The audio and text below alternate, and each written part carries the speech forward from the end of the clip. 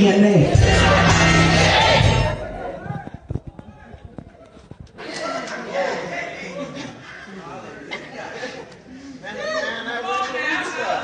I got 11 more minutes. And so in here we see that he took his hands and he laid them on her. And immediately she rose from a bent over position into a straight up position.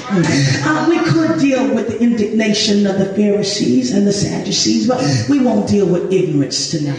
Because I'm not going to deal with something in 2015 that was dealt with back in 1971. I'm not going to deal with that. I'm not going to deal with you not being able to accept me up here. I'm not going to deal with ignorance because if you see me doing the work, call it what it is. Call it what it is. If you see me walking as a bishop, just call me one. If you see me walking as a prophet, just call me one.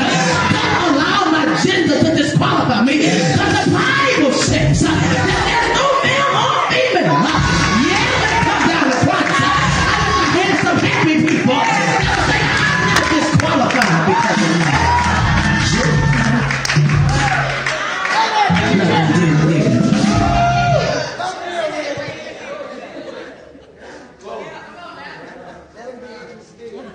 DNA is the name of it is deoxyribonucleic acid. It's a long drawn out word.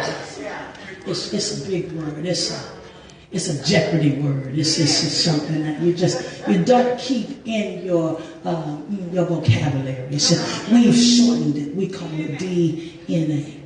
But inside of DNA, there are four characters or contributions that make up DNA. It's called ATGC. And I'm not going to go into chemistry or history or science, but I need to help you with your DNA. DNA is hidden. DNA is something that is wrapped up inside of your blood that only one with a microscope and a supernatural eye can see it. It is something that is not visible to me, but God also put it inside of us so that he knew our blueprints before we got here. ATGC. It now forms how I operate and how I work. DNA is so incredible that if anyone was able to extract it with a syringe, they could actually make me again. They could actually duplicate and replicate who I am, because my DNA has permanent records of who I am. It tells you my eye color, my height. It tells you my hair color, my body build. It tells you everything, my DNA. It stores information that's not privy to the natural eye. But if you could just pull it up out of me, you just find out everything that's inside. It is the way it goes up like a twisted ladder. This information carries who I am and what I shall be. I thank God for my DNA. It is how it is put together that then determines how I function. It tells me my personality type. It tells me if I'm going to talk or be quiet. My DNA. Oh, God is about to reveal who you really are. Extracting your DNA. God is about to tell you your identity.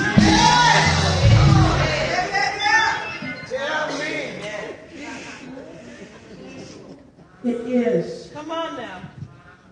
It contains, mother, permanent information. Yes. It is a regenerator, but it can't be changed. Some of you missed it. Let me repeat myself. It is a regenerator, but the information cannot be changed.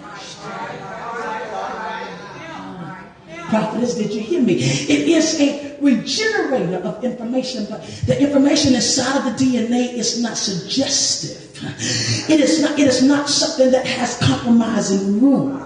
It is permanent. It is something that if there's a bone that's been broken, the blueprint then sends out what the body needs to recreate what's broken. If there's a muscle that's been bruised, DNA sends out information to white blood cells, sends out information to cells in our body, says, rebuild it the way it was. You ain't talking to me. And so this DNA now takes everything that's in me and makes it not just the same, but it actually makes it stronger. You ain't saying that. It's very hard to break the same bone because DNA actually sends out a signal that says this part has been vulnerable. And so what it actually does is it not only sends back marrow, but then it sends calcium. It begins to now put calcium on top of the bone. And what it tells your body is that you broke it one time, but it's going to be real hard to break it again. Likewise with my spiritual DNA.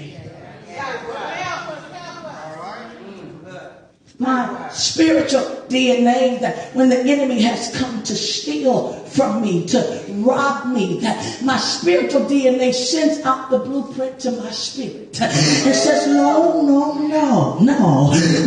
you are not depressed. No, honey, no, you are not defeated. Let me send out permanent records. Let me send something back to you to tell you what you really are.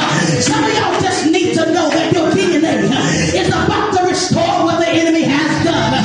Y'all get excited because if you was defeated yesterday, signal and records have been sent out to your spirit. And the devil is upset. He's all right mad because he thought that he was going to break you. But your body has restored itself.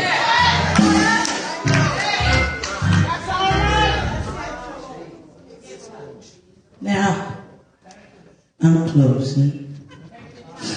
No, I'm closing. Appreciate the permission, but I'm going home with this. What is my DNA? What is in me that I cannot see? What is there? What's fluid and still flowing that I cannot recognize? Jesus steps inside of a room and they say, it's 6 days you can do that. If you just waited till tomorrow. We could have swallowed it. We don't like the fact that you have miracle healing power in your hands. We don't like it. We don't like that you're a son of God. We don't like that you have an anointing. We really actually hate it. We are jealous that God has his hand on you. We hate the fact that when you speak, people listen. We hate it. We hate it that you didn't go through formal training, but you sound like a rabbi. We hate it. We hate it. We hate the fact that, but we can stomach it better if you would just obey and abide by the law. We got laws in place, Jesus. But Jesus, he skips over the law and the naysayers and the talkers and the negative people, and he does something wonderful for this woman. He looses her, but he does not loose her out of her own request. Somebody. If you notice, she never prayed. Read the text. She didn't go to the altar. She didn't slap some oil on her head. She just stood there. She stood there, and there was an issue. She just stood there. She just was there in the right place at the right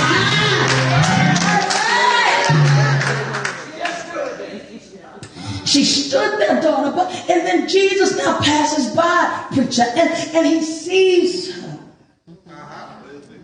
And he sniffs her blood.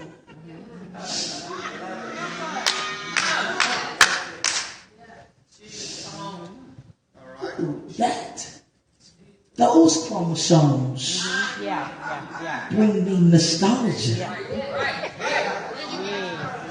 Now I have to go all the way back to Genesis 15. There was a conversation that had taken place with Abram and God. God tells Abram, he says, Abram, guess what? I am going to bless your seed. How, God? Look at the sand of the seashore. That's how I'm going to bless your natural seed. That's how I'm going to bless everyone that is a part of your genealogy, your heritage, your lineage. I'm going to bless the natural seed, the seed that you can trace through bloodline and family tree. I'm going to bless that seed. But Abraham, I'm going to speak something prophetic inside of you that you're not going to see in your day, but I'm going to speak it because I'm not a God that goes backwards. I'm a God that goes forward. I'm not a progressive thinking God. I'm a God that speaks and everything lines up. And so because of that, he says, now Abram, I want you to look up at the stars in the sky. Count them. Abram perplexed with the question and the demand. I can't do that, God. But that is how I'm going to bless you, Abram. These stars that's in the sky. Thank God for the stars. Because the stars represent the spiritual seed that go back to the New Testament. He was all in the Bible. Go back to the New Testament. We'll get grafted into the family. So I'm not a daughter of Abraham by lineage or by genealogy, but I got grafted in by grace. Y'all not happy tonight. Y'all not happy enough for me. Because now I get the benefits of Abraham simply because I am now a product of grace. Now listen, and I'm going home, listen. He says, ought not this woman be the daughter of Abraham? God made promise to Abraham, I'm going to take care of your seed first. Abram won't do that. I'm going to take care of your seed. But now Abraham is gone. But his children are still here. And so, in essence, the promise don't go away.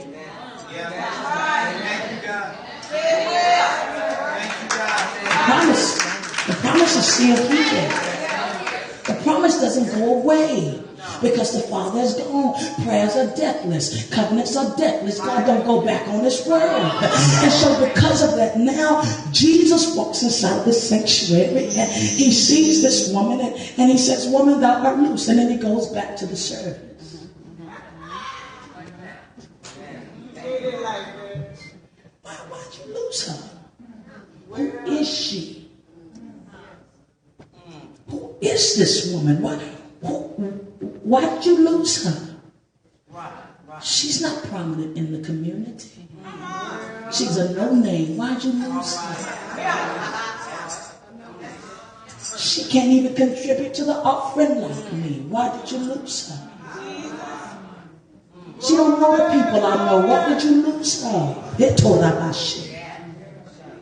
He says, because she's a daughter of Abraham.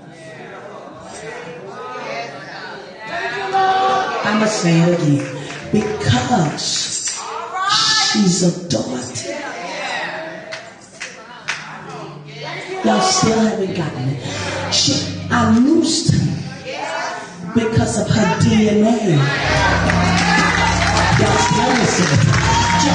She gets loose because of who her father is. Yeah, she gets the blessing because you don't know her dad. She gets the car, she gets the house, she gets the favor. She gets what she can't pay for, what she don't deserve. She gets it. Why does she get it? Because my daddy made a promise to my daddy that not one seed will be lost. What's incredible about this story is that she never knew she was a daughter. Can I suggest to you that some of you are living beneath your privilege because you don't know what's in your DNA?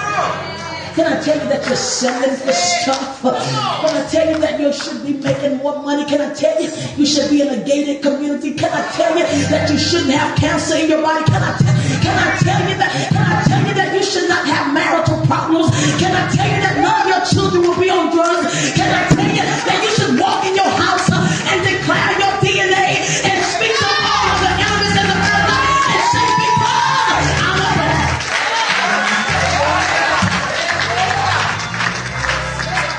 because I'm a daughter. Because I'm a daughter. I don't have issues. No, ma'am, no, sir. You speak to it. Whatever is not lining up to promise. Whatever is not lining up to covenant. You say no. No, I'm blessed in the field. I'm blessed in the marketplace. My basket is filled. Everything in my house is changed. Everything that I create is blessed. Because it's in my DNA.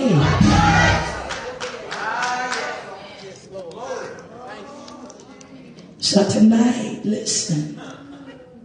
You are about to walk in a totally different place.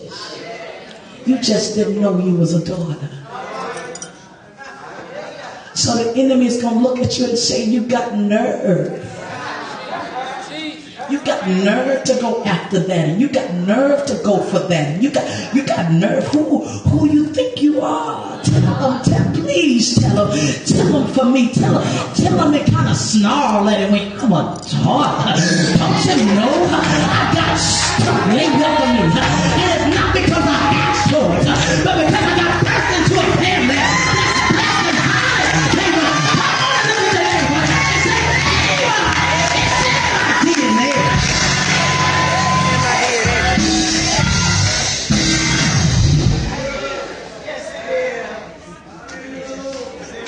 I'm going to my seat, but I need everybody in this place to stand.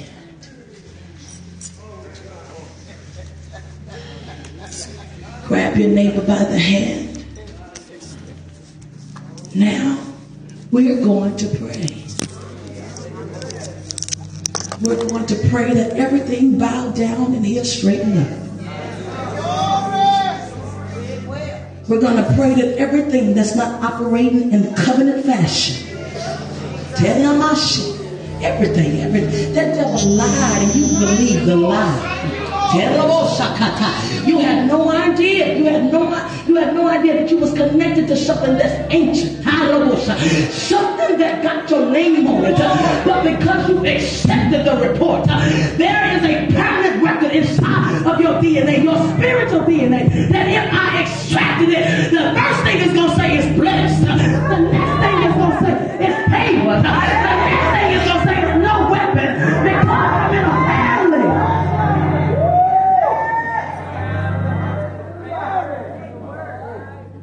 So we're getting ready to change what we pursue and what we accept. I'm going for what the book says belongs to the Abrahamic family.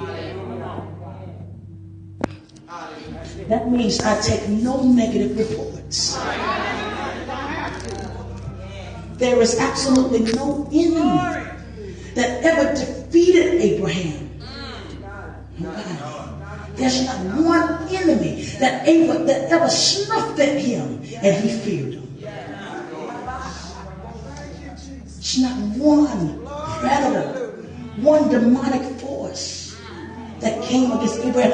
Abraham was so awesome in his relationship with God that he said, you know what? I'll kill my son for you. You are tied to a father that held back nothing. You are I'm not talking about your father. I'm talking about your father. Your father said, I'll give it to you. I'll give it to you. So you're actually tied to something that barred none when it came down to sacrifice. You've accepted it because you didn't know your DNA had permanent record of your identity. So tonight we're going to pray for our sister and our brother that has lived beneath their privilege. You accepted it because no one told you. And if Jesus had not come through the sanctuary, she'd still be bound over. Because religious leaders oftentimes are not concerned about your situation. They're concerned about your financial status. Most of them don't want to heal, because if you get healed, you actually challenge what they say. And if I can keep you bowed over, then you won't question what I say, because you are still looking for a miracle. They don't want the student to pass the teacher.